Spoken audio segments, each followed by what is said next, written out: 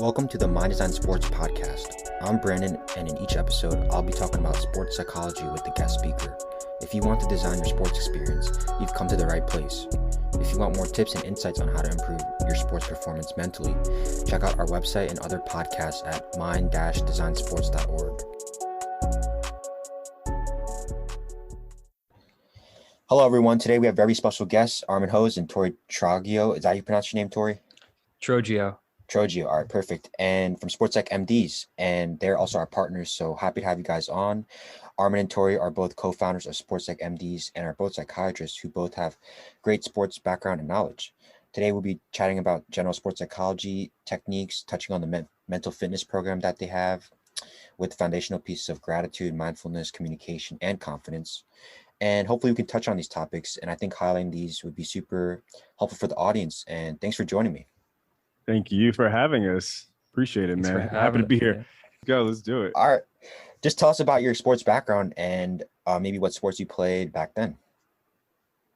For sure. You want to start or I could start? Well, go for it. So I actually really loved football as a kid. And for, obviously they can't see me, the audience, but I'm a pretty thin dude now. And I've always actually been slender, but, when you're 13 years old, 14 years old, you can get away with that. I was super fast and I had pretty good hands. So yeah, I loved football. That was definitely my thing. And I played JV ball in high school, played tight end, and I played free safety. Had a lot of fun with that. Didn't make it up to the varsity level because my mom wanted me to kind of focus on my grades. So I didn't play more than 2 years, but loved football. I also ran track. That was another sport. For me, track was more like something that helped me kind of stay in shape for football, though. I was a sprinter, ran the 400 primarily, a little bit of the 200. And aside from that, I actually did venture out a little bit when I was in my senior year, and I kind of already knew where I was going for college. I didn't have to worry about the grades so much. So I actually tried tennis that spring and had a lot of fun learning something kind of a little bit different, something that was more of like, a sport you can play well into your older years. And then golf is something that, I kind of took up as an adult, and, I love that. So that's me. Oh, yeah. That's my sports background. Oh yeah. Dr. Hose and I play a lot of golf these days. For sure. Well, not enough golf. Yeah. For me, I played it all growing up in like grade school, but kind of got funneled into your classic American sports, baseball and football into high school. Made the varsity teams in both, but pretty much a bench warmer for the most part. I think football was by far my favorite sport, but similarly to Armin, I was the smallest guy freshman year of high school. So yeah, I got funneled into the all-American sports. I played baseball and football, but I wasn't very good. Pretty much a bench warmer. I was that rah-rah guy, that steady guy. We'll get into that later possibly. But yeah, football is probably my favorite sport, but similarly to Armin, I was probably like freshman year of high school, 105 pounds soaking wet, if you can believe that. And then I wasn't that baseball, bad. I loved it. I loved the camaraderie and yeah. So I was never going to have Nice. I was never going to have a career in sports or play in college, but I loved it. And I learned so many life lessons through playing team sports. And I did a little track as well, so I had a little taste of individual sports, but I love playing team sports. And that I've always been a fan. Just about any sport. I still love football the best, though, and basketball now.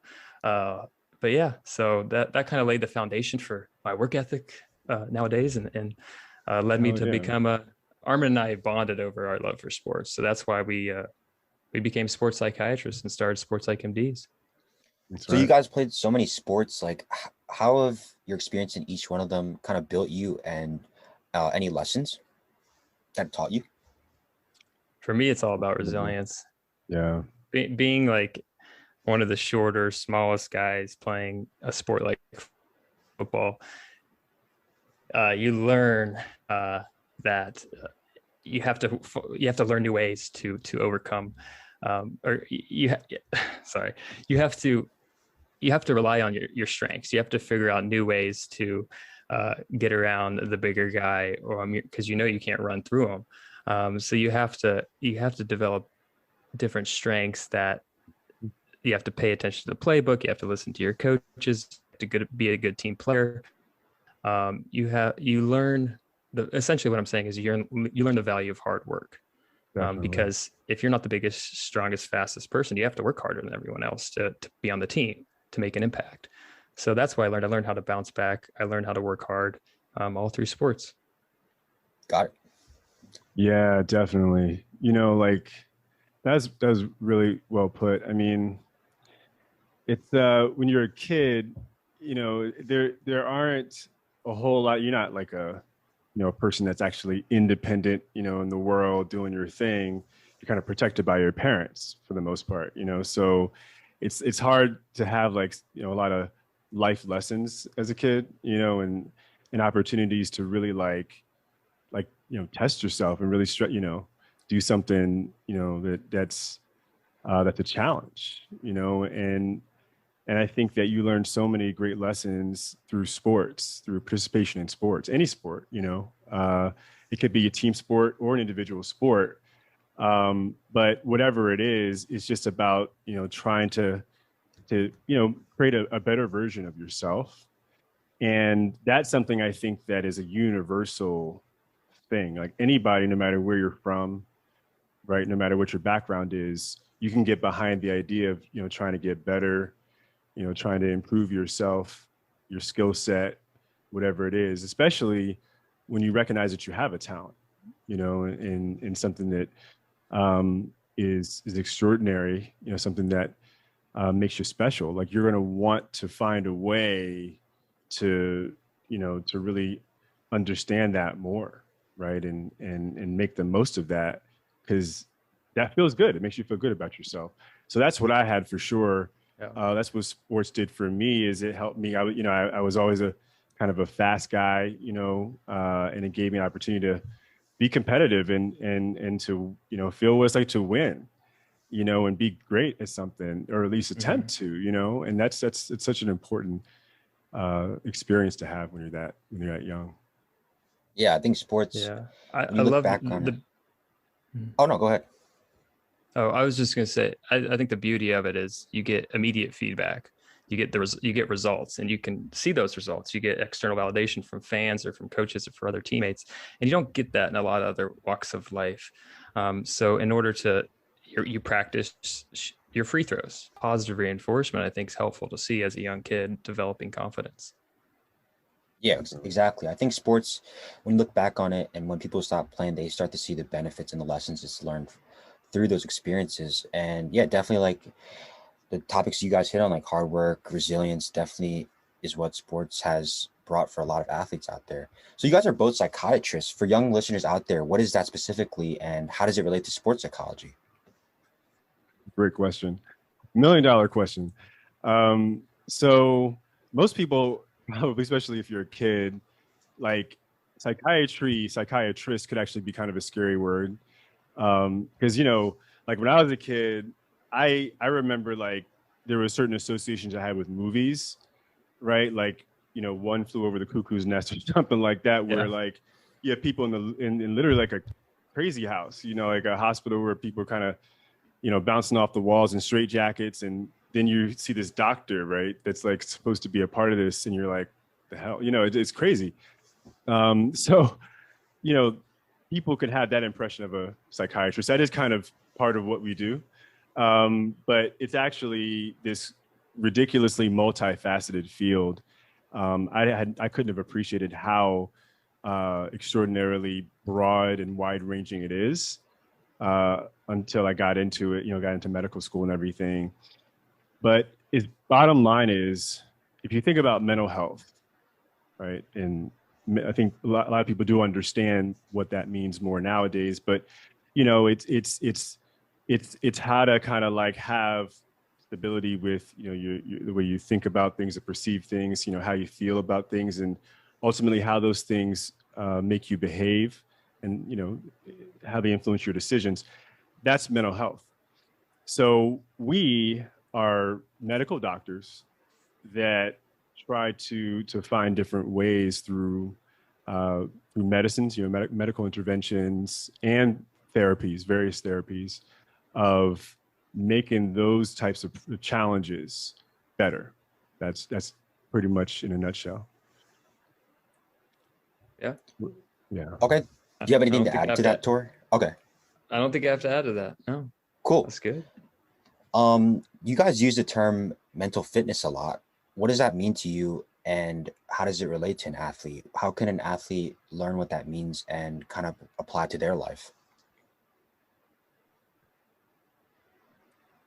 Mental fitness, man. I mean, that's like it's mental fitness is actually, I think, a term that could either become one of like the kind of most important and most widely used terms in the dictionary, to something that maybe we never use again in a couple of years because of kind of the connotation that it could potentially have. And I'll explain what I mean by that. So on one hand, mental fitness is physical fitness of the mind, which that's great. That's amazing, right? I mean, any time you're talking about a subject matter in which I can condition and improve and strengthen and make more resilient, my mind, how I think about things, my emotions, that's great. And we've seen that there's a lot of different companies, particularly in digital health and tech, like Headspace, Calm, right? They've really kind of taken on this whole notion of mental fitness, right? And they're saying that mental fitness is about meditation, mindfulness, and using these types of skills to problem solve and to eliminate stress. Okay, well, that's one way of kind of looking at it. On the other hand, a lot of folks, regular folks, not doctors and, professionals in the field, but a lot of folks, I think, are a little, well, I don't want to say concerned, but I think that the term fitness and, active and so forth, the activity comes with fitness, you think physical fitness, but pairing that with mental, I don't, is that the way we really want to think about things? A lot of people kind of think maybe that suggests that, my mind is on overdrive, or my mind is like having to be active, right? When a lot of people just want to relax and chill and find ways to unwind. And for those people, I think wellness is actually probably a word that resonates a little bit better. And so what we like to do is kind of go between these two terms. Mental fitness on the one hand, which is, how do we condition our mind to solve problems better, and to find ways to eliminate stress. But then on the other hand, how do we find ways to also relax our minds, right? Because relax our minds helps us then relax our bodies, and it gives us that chance to like kind of decompress. And it's that balance, right, that is really what you want to achieve in mental health, right? It's on the one hand, how do we, really like get the best out of ourselves, challenge ourselves, learn new things, expand our minds. But then on the other hand, when we need to rest and decompress, process, what we've learned, and, and unwind and frankly, engage in the world around us, right? Not just on the thing that we're focused on, but in our relationships, with our families, with our friends, our communities, right? How do we get there as well and dedicate to that? How do you get that balance? And that's wellness. So, we kind of like to talk about the dichotomy between those. Yeah, just to piggyback on that, and I don't want to belabor it too long, but I see mental fitness as a dynamic process. It's not like an end goal you reach. It's a process that you continue to do throughout your life. And essentially you're becoming aware of your own thoughts, emotions, and actions and how they're all related. And once you have that awareness, you're going to have more of an internal sense of control over everything and control over your destiny, excuse me.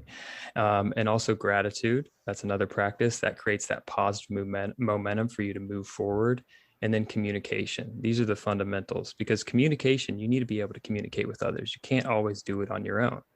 Now, ideally, if you do these mental fitness practices, you can overcome challenges without necessarily asking for help or needing help, but you know when to ask for help and when to look to. You're going to be able to put your ego aside if you need help. And at the end of the day, that gives you the ability to bounce back. That gives you resilience, and that is the process of mental fitness. Mm-hmm. Yeah, and Torey's mentioned that term resilience a few times, and it really can't be understated, the importance of that, because when you think about resilience, you're talking about not, necessarily just mental toughness, right? And just, being able to withstand stress. That's part of it. But it's also about this notion of being balanced on the one hand, right? Really being balanced, because that's the thing, like, we've seen this in society, right? For a long time now, where things just aren't really balanced. You kind of have one side or the other, in terms of how people think about things and appraise things. And really that's always going to be where things kind of go wrong. Mental fitness teaches that you really want to look at both sides of just like a problem, look at both sides of a problem before you jump to a conclusion. You also want to do that when you look on the inside. You want to look at, both sides and then, try to find that kind of happy medium when it comes to how you feel about things, how you relate to things. Since we're talking about resilience and this notion of balance, I think about Steph Curry, right, as this great example of a resilient athlete, particularly in terms of the way that he really stays balanced throughout the game. He's a guy that you see him after the game and the post-game interviews and stuff like that. He just has this personality. You can tell that doesn't get too high, doesn't get too low, right? He's an even keel guy. His perspectives are usually very even keel and balanced. And on the court, right? That's, he is a person that he'll miss a shot, miss 3-4 in a row. It doesn't affect him, it doesn't make him now run away from the ball like you see other guys do, because he can just sort of, take that shot, move on, right? He's not stuck back on, why he missed that last shot. He's just moving forward, and balance allows you to do that. Opposite of Draymond Green, who I don't think's taken a 3-point shot all season. Yeah. No, for sure. Yeah. I mean, they're very different guys, both very, charismatic in their own ways, but Steph is a guy that leads more by example. He's balanced, more emotionally, whereas Draymond is fiery. He's like leads the league in techs every year, in ejections. He was ejected from that one game in the NBA Finals that 2016 may have swung that series, but that's part of what his kind of leadership. He's more of a lead, a guy that I guess is a vocal leader, right? Whereas Steph leads by example, and both really very mentally tough guys, right? Mentally fit athletes, no doubt.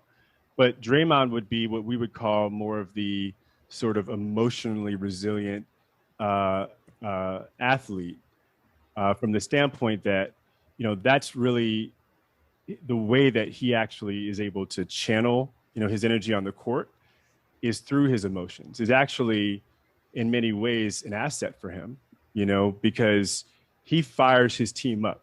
Steve Kerr says all the time that he's the kind of the heart and soul, the driving force behind that team. And it's true.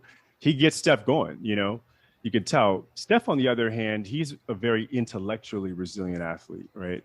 And he allows his intellect to really dictate, what's happening on the court. And he has this ability to really lock in, right? In ways that we've really never seen before.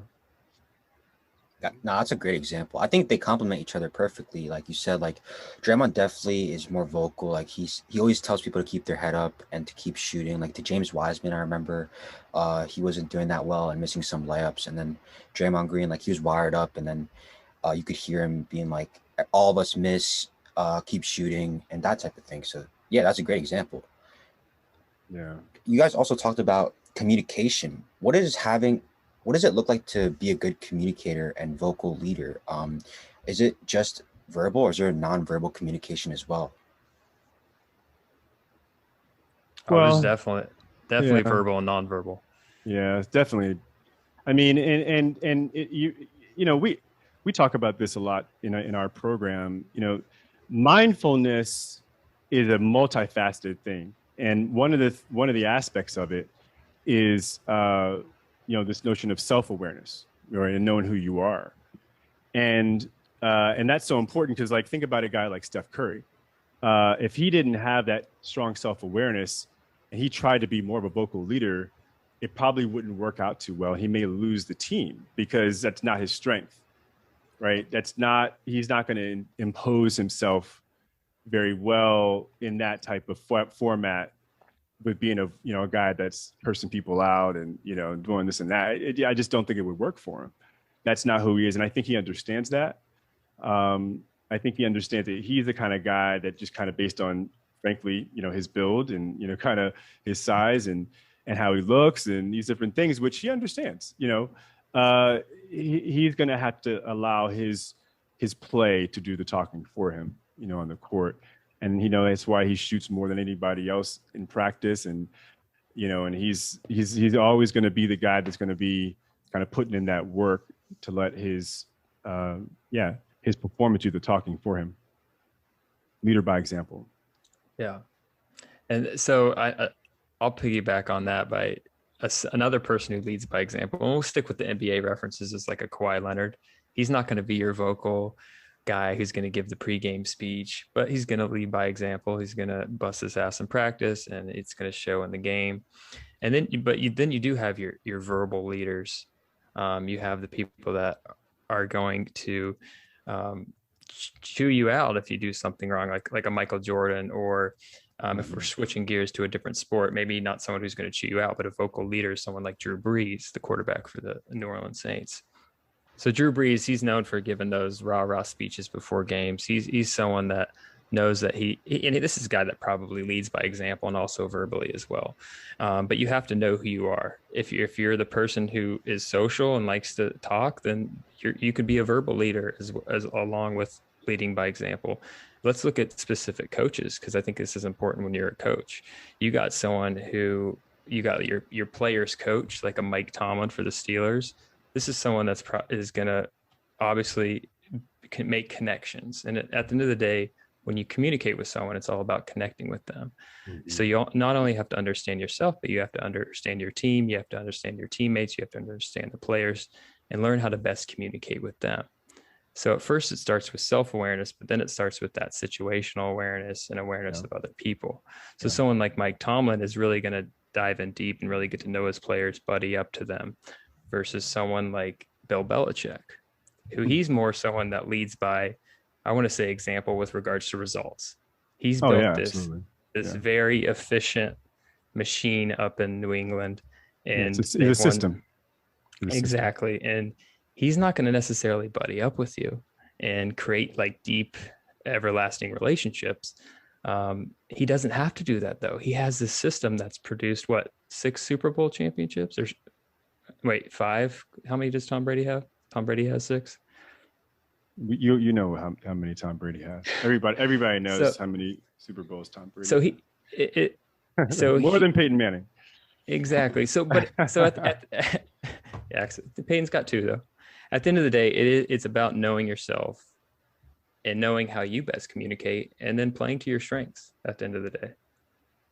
All right.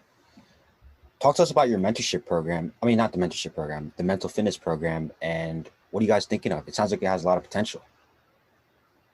Yeah, man. So this program was conceptualized really, I'd say, for 2 reasons. So Torey and I, huge sports fans, we developed this podcast that you mentioned earlier. And, over the course of just, creating content, it's all original content. We just realized, man, that there's a lot here. I mean, there's a lot of stuff here. Like after the first year, we were like, kind of have a legitimate, like, kind of textbook, most of information that if we could find a way to kind of consolidate this and kind of operationalize it, that, who knows, like it could be pretty cool. And we started kind of talking to different people and some connections that Torey has. So we linked up with this program called the Athletic Academy. This organization, they have sort of like a one-stop shop for young athletes, like at the junior level, kind of coming up, who want and need guidance for how to make it to the next level, whether it be information about how the recruitment process works, whether it's information about how to train, how to eat right, how to live and sleep right, and how to basically, become a great athlete, like all the intangibles.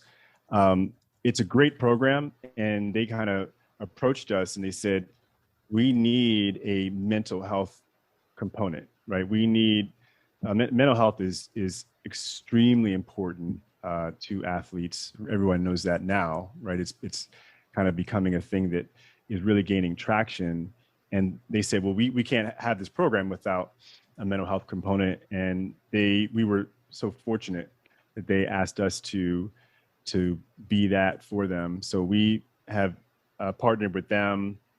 And this program is a mental fitness program. But at the end of the day, it's really about helping athletes understand how to perform at their best with stress management exercises, visualization techniques, mindfulness, techniques, and ultimately gratitude exercises that collectively can be built into their practice regimen, just like they practice with their sport and develop skills with their sport. You can do the same thing with mental fitness, and the way that we teach it, the way that we approach it, it really fits in like a playbook.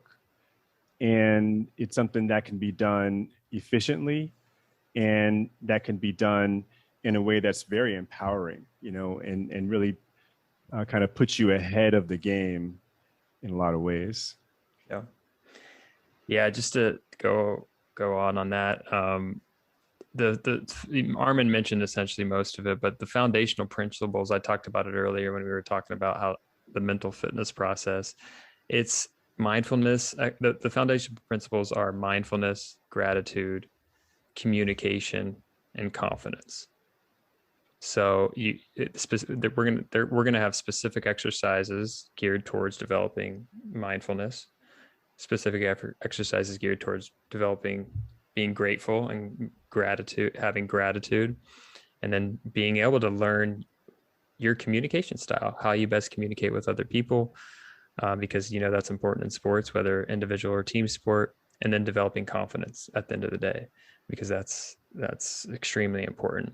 And all these things are geared towards, and this will kind of resonate with athletes, getting you to be able to get into the flow state, into the zone a lot easier when you're playing. And these are things that, like Armin said, you practice alongside. When you go to football practice, you do these while you're practicing on the field, or before practice, or at bedtime. You incorporate these throughout your training, and by the time game day comes, you're ready to go. Yeah, that's absolutely 100% accurate. And the thing about it is that so earlier I mentioned balance, right? Balance being like sort of one of the most important principles of resilience.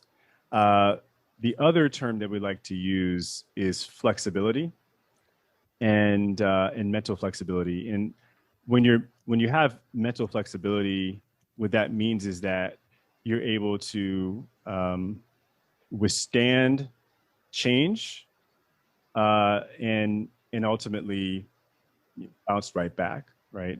Torey mentioned flow state. So flow state is essentially like a heightened form of mindfulness. And it's a form of mindfulness that really comes over time with practice, with a resilient athlete who has sort of become, I'd say, proficient at this idea of mental flexibility. Because when you have mental flexibility, it really allows you to kind of lock into the moment. You know, we talked earlier about Steph Curry and how he locks into the moment. Well, it's because of the fact that, you know, the environment, the situation, the crowd noise, the referees, the opponent, these different things, like the things that oftentimes will kind of get into the head of an athlete, distracts them. We call them distractors, and, you know, things that kind of, you know, prevent you from performing at your best. It doesn't affect guys like that the same way. In fact, you know, if you listen to them, they'll tell you they don't hear any of that stuff. You know, it's completely, they're, you know, really able to completely block those things out and just focus, you know, on the target. And I've heard some athletes, I think it's Kobe Bryant, may have once talked about how being in the zone is like, you know, you're throwing the ball, it's like an ocean or something. It's just, you can't miss. That's flow state, but that's ultimately high level mental fitness is what that is. And that's something that can be achieved with practice and through a program, the same way, again, like an athlete would practice to become a great shooter, great passer, you know, great at whatever they're doing. You have to practice and you have to have the right formula. And so that's what we're trying to create. Oh, wow, that's great. You guys touched on gratitude. Why is being grateful for what you have make you a better athlete? I love gratitude. So let me take this one. So there's several different gratitude practices you can do. You could do a gratitude journal, write down 3 things you're grateful about that day before you go to bed. You could get up in the morning when you're brushing your teeth and look in the mirror and say something nice to yourself. The reason gratitude is important is because it creates a positive filter and it creates momentum to continue to move forward. And as athletes, you hear that all the time. It's like, there's that Michael Jordan saying, if I'm 0 for 11, I'm going to keep shooting. Or Kobe Bryant has said it multiple times, just keep shooting, forget about the last shot. You have to have a short-term memory. And that's where gratitude comes into play, because a lot of athletes have these negative filters, which they dwell on their mistakes. And in order to move on and learn from your mistakes, that's when gratitude comes in. Because when you have that positive filter, you're more likely to take in the positive. And it's positive reinforcing when you say you go to practice and you have a couple drops, but you also catch a touchdown. And it was a really great catch and your teammates get pumped up about it. So if you focus on those drops, you're going to be down in the dumps. But then if you focus on making that great catch, your teammates getting excited, that's going to be positively reinforcing for you to go into practice the next day. And that's going to create momentum, and excitement and enthusiasm. We all know how important it is to be enthusiastic about your craft. So for me, that's the most important aspect of gratitude, is creating that positive filter, which can create momentum towards your passion for the game. Absolutely. Yeah, that's right on. And then one thing I'll add is Torey mentioned momentum. And I think it's important to kind of focus on how it actually does this. So, you know, from high school physics that momentum is a vector force, right? So it requires, you know, direction and movement in a defined direction, right? So gratitude is that force behind momentum, because particularly we're talking about performance, because what we talk about mental fitness is the balance between mindfulness and gratitude, right? The balance of forces. Mindfulness is the self-awareness and the situational awareness.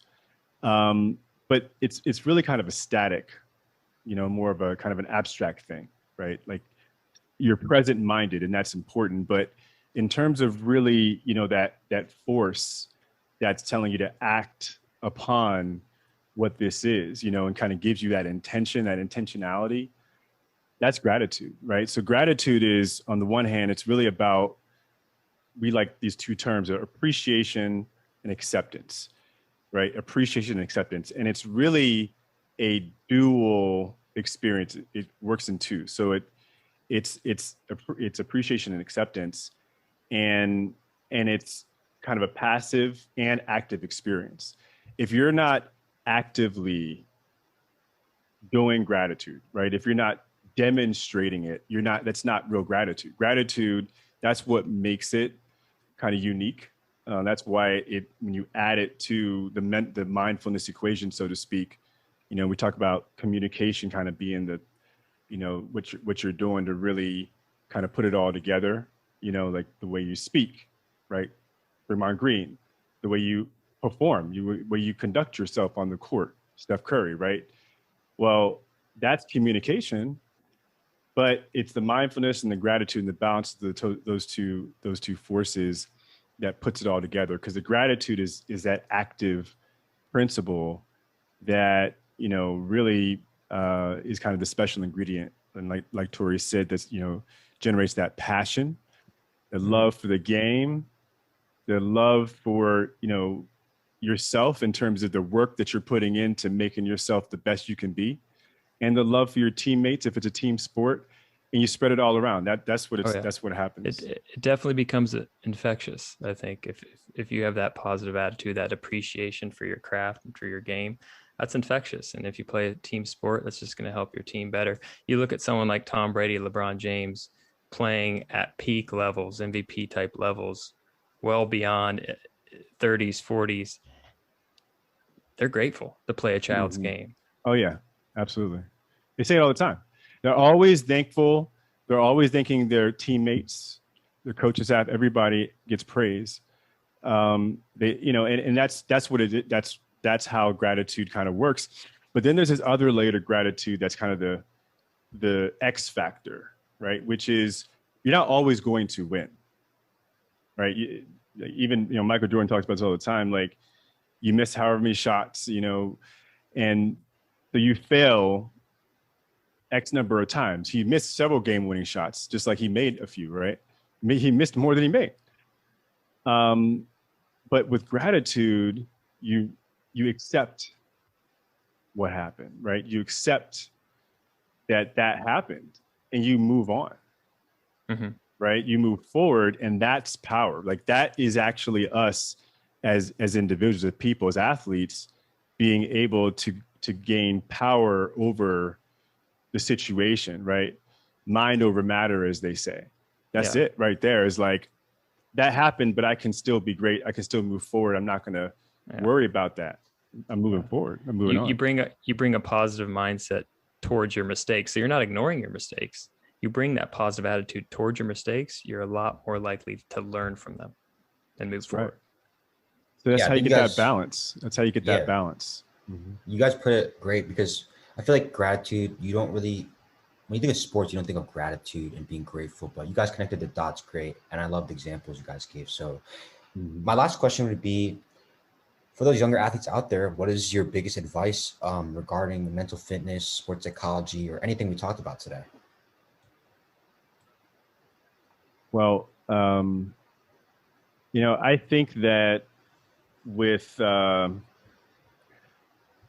Kevin Love, he's a Cleveland Cavaliers basketball player. For those of you who don't know, he was the part of the Big Three in Cleveland back in 2016 when they won that championship. Now he's kind of old vet, but what he's done is he's really embraced mental health, and he has like a foundation that he's putting a lot of effort into. And I follow him on social media, so I'm often seeing those posts. And one of the things that he seems to be really championing. Wow, that's a really hard word. He seems to be really championing is this idea of really speaking up like using your voice, being willing to talk about how you feel, and not being afraid. And really, this is an individual issue, but also kind of a locker room issue too, like a team issue, because you should be able to rely on your teammates, to be able to speak your mind, right? And say how you really feel in that locker room, right? It's supposed to be like kind of a circle of trust, safe space, whatever. And I think that a lot of athletes historically have never, a lot of athletes historically have not felt like they could really say how they truly feel and be vulnerable, right, with their teammates, which I think is unfortunate, because that's a really important component to mental health. We talked about communication. And that's what it really means, is like being able to really get it out of your mind, out of your chest, off your chest, so to speak, and get it out there so that, it's out there. We're honest, we know where we are and we work through it. That's what team is all about. That's what, I think being able to communicate in a safe space is all about. And if you can't do that with your teammates, where you can you do it? So that's what I encourage athletes, and everybody. It's just part of my practice, our practice. But I just encourage athletes to don't be afraid to be vulnerable, be open, and communicate with each other, and yeah. So yeah, I love that. I was gonna say something similar. Yeah. Be open, be vulnerable with any physical or mental or emotional challenges you're having, and don't be afraid to lean on your teammates, lean on your coaches, lean on people you trust, because they can help you out.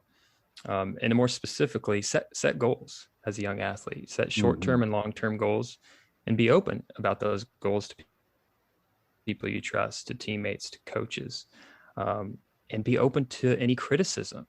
Embrace the suck, embrace the hard work, embrace the challenge, because it's going to be difficult. But at the end of the day, you'll be better for it in the end. That's great advice. Yeah. I mean, do you guys have anything else you'd like to share? I think you guys had great advice and insights. Anything else? Yeah, I mean, just beyond that, I did want to mention that, and it's something I actually meant to say earlier. So I'm glad I had the opportunity to say it now. But, a lot of people probably wonder, you guys are psychiatrists. What is kind of the difference, between you guys and what psychologists do? And you mentioned sports psychology, and I know you talk a lot about sports psychology. And I think, as a psychiatrist, and maybe Torey's a child psychiatrist, I think what we bring is just kind of another dimension. That's all, right? So we're all mental health professionals. We all study the mind and how it works and how it functions and all of that.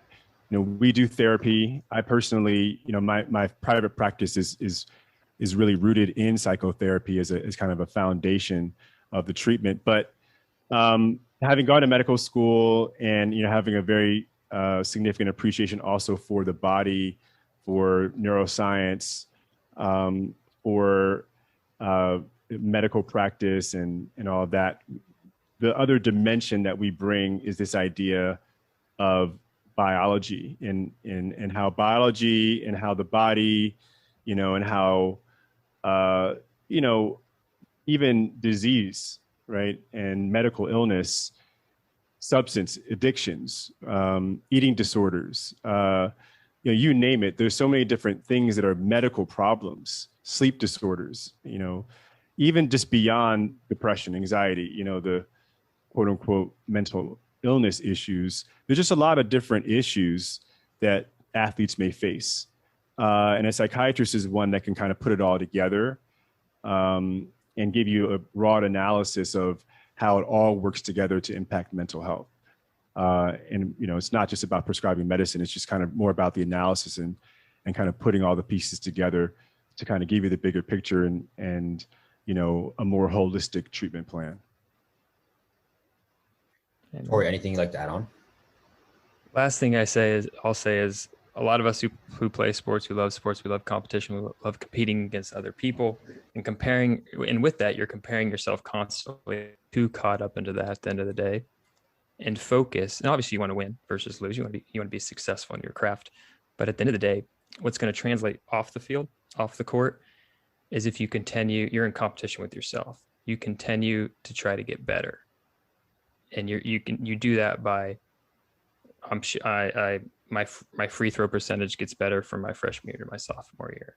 My split times when I'm running the 400 meter gets better from my junior year to my senior year. Put that competition with yourself above any other competition, because ultimately you just want to be the best you can be. So that's what I'll leave you with. That's great advice. Yeah, I love what you guys both said, and hopefully athletes out there will take that and put that knowledge into play. And yeah, thank you guys for joining me, and I thought it was super productive and glad to connect again. Had and fun, keep in man. touch. Yeah. No, this is great. Yeah, man. I feel grateful for being on your podcast, dude. Yeah, I mean, I'm going to link your socials and anything you want in the description. Just let me know, and we should be good to go.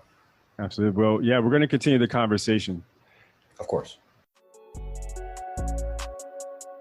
Thanks for listening to the My Design Sports podcast. Before you leave, please show some love for the podcast by subscribing, liking, and commenting. Stay tuned for next month's podcast with a new guest speaker.